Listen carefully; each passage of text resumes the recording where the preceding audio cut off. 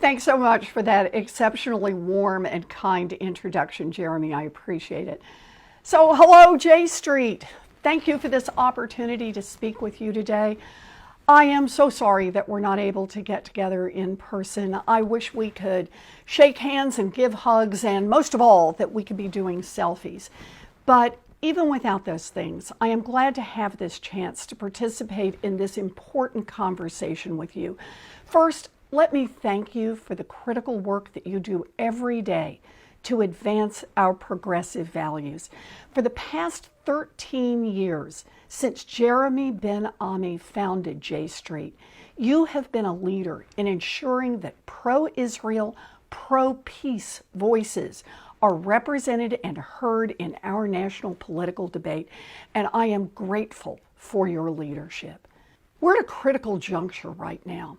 The Trump administration's disastrous policies made the two-state solution further from becoming a reality. But Trump is gone, and Biden and his team are very different. The Biden administration has the values, the judgment, and the experience to undo the damage and set the conditions that can make the two-state solution viable again. Israel is a strong ally and partner to the United States. We share many common interests and common values. I am committed to the U.S.-Israel relationship, and I am committed to Israel's security and safety.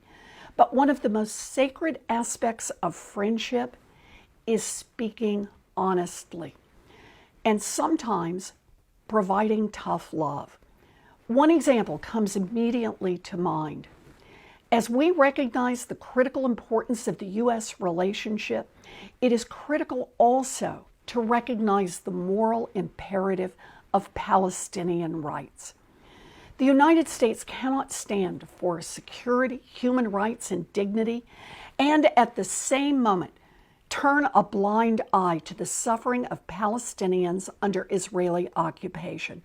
Palestinians deserve to live in freedom and prosperity. No Israeli child from Beersheba should have to hide in a bomb shelter, and no Palestinian child from Hebron should be evicted from their home to make way for a settlement. I believe in the worth and value of every human being, and that means every Israeli and every Palestinian. And I believe that a two-state solution is the path to respect for every human being. This is a moral issue, and it is also the best outcome for U.S. interests, the best outcome for Israel's long-term security and economic future, and the best outcome for ensuring that Palestinians have the rights, freedom, and self-determination to build a secure future for themselves. A two-state solution will mean an end to Israeli occupation and the creation of a sovereign Palestinian state in the West Bank and Gaza Strip, living alongside Israel in peace and security. Any hope for achieving a two-state solution begins with honesty. Today, the two-state solution is on life support, but there is no compelling, workable alternative that allows a democratic Israel to remain a Jewish state while also affording the Palestinians full rights and citizenship. The two-state solution is the only path forward that has widespread international support and that meets our moral imperatives. Successive U.S. administrations have failed to deliver a negotiated settlement to achieve these goals, but the Trump administration did something else. They undermined 50 years of U.S. leadership as an effective mediator by abandoning any pretense of neutrality and by jumping directly into the peace process in a way that put a thumb on the scales by giving a green light to settlements, cutting off aid and communication with the Palestinians, and publishing a one-sided peace plan. This was highlighted by Trump's administration's decision to move the U.S. Embassy to Jerusalem without any equivalent step for the Palestinians. I opposed this move because, as I said at the time, While Jerusalem is the capital of Israel, the Israelis and the Palestinians should determine the final status of Jerusalem. Meanwhile, Israel's long-term strategic interests have been poorly served by its longest-serving prime minister. He has precipitated 4 stalemate elections in 2 years in his frenzied effort to immunize himself from well-documented charges of corruption. Netanyahu does not command a majority of the new Knesset, but Israel's president has told him to try anyway, lamenting that the law does not allow him to do anything else, even while Netanyahu is currently on trial. If Netanyahu fails in this task, the majority that opposes him must decide what to do next.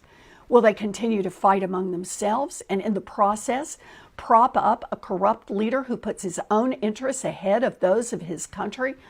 Or will they join together to begin the difficult task of rooting out corruption and reinstating the rule of law? This is the same fork in the road that the U.S. faced in the election of 2020. Despite our differences, a significant majority of Americans concluded the integrity of a democracy is far more important than the personal interests of one leader. And so we banded together to defeat Donald Trump. Israel's elected leaders should do the same and give the Israeli people a new prime minister. The continued expansion of Israeli settlements in the West Bank is a growing threat to the two-state solution. Expansion policies that have been aggressively pursued by Benjamin Netanyahu and his allies were also supported for years by earlier Israeli governments. And let's be clear about this. The Netanyahu government may have put aside formal annexation for now, but the continued growth of these settlements and the destruction of Palestinian homes amounts to de facto annexation. The Palestinian leadership, meanwhile, continues to show that it is unable to meet the current challenges. The West Bank is ruled by a corrupt and increasingly authoritarian leadership under President Abbas.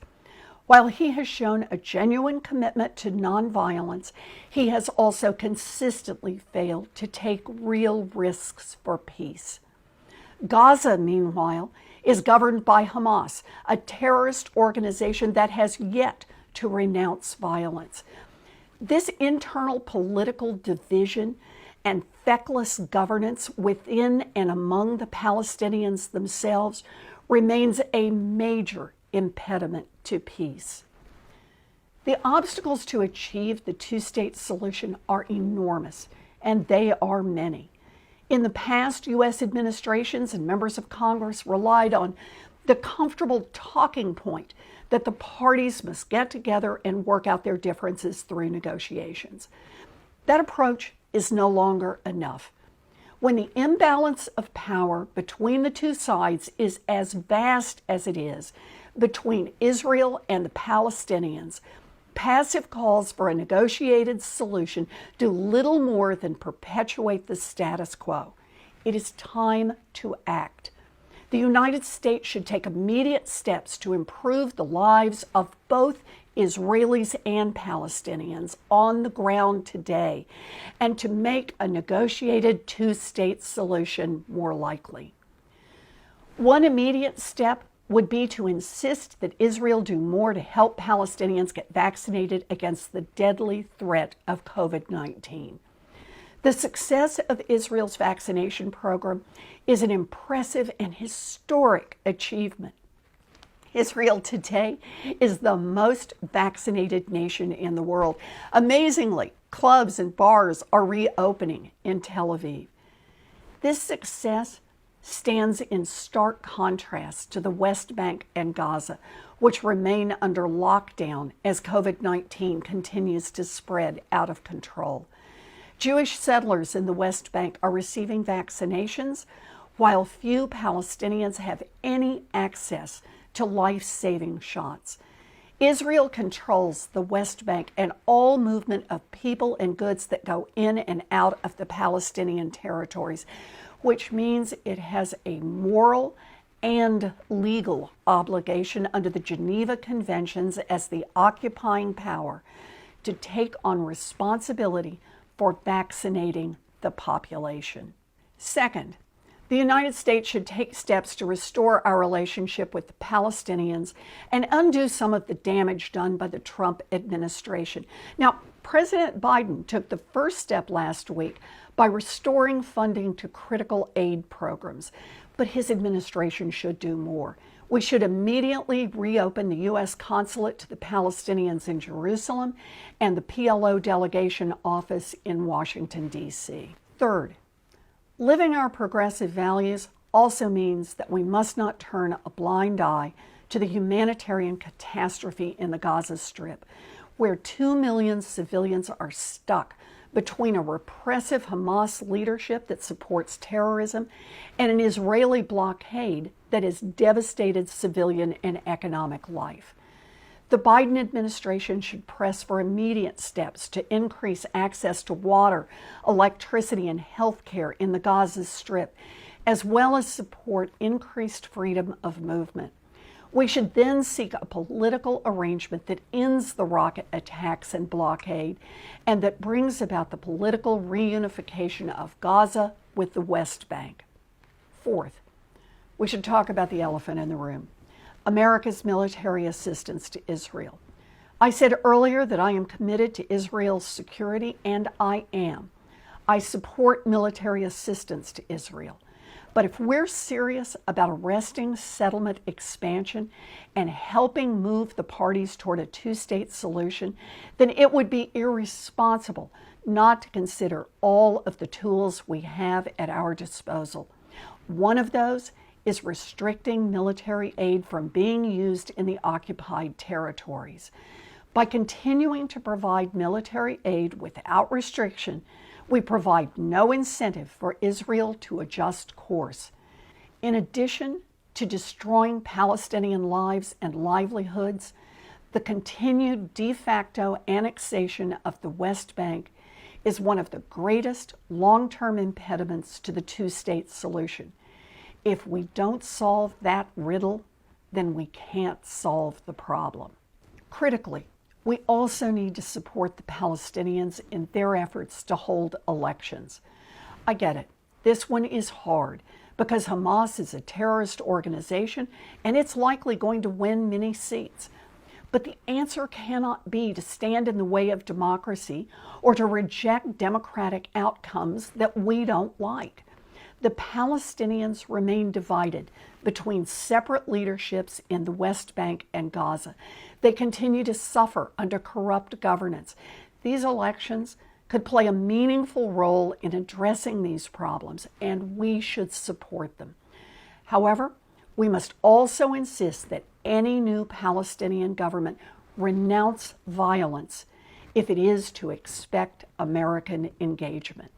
And finally, we also need to address our own role in this story. Historically, successive U.S. administrations have pushed our European and Arab partners to the side instead of working with them in genuine partnership. That was folly. Our allies and partners are a great source of strength, and we should be working with them to achieve a just and lasting two-state agreement, just as we work successfully with them to secure the Iran nuclear agreement. We must press for a lasting, just peace. If we fail, we doom successive generations of both Israeli and Palestinian children to lives of insecurity and indignity. If we fail, we solidify injustice with inaction and suffering with empty rhetoric. If we fail, we let the seeds of conflict deepen their roots. The consequences of failure are too great, and we don't have a minute to waste. So thank you again for allowing me this opportunity to speak with you today. The fight for justice is long and hard, but it is a righteous fight. I am honored to fight alongside each one of you.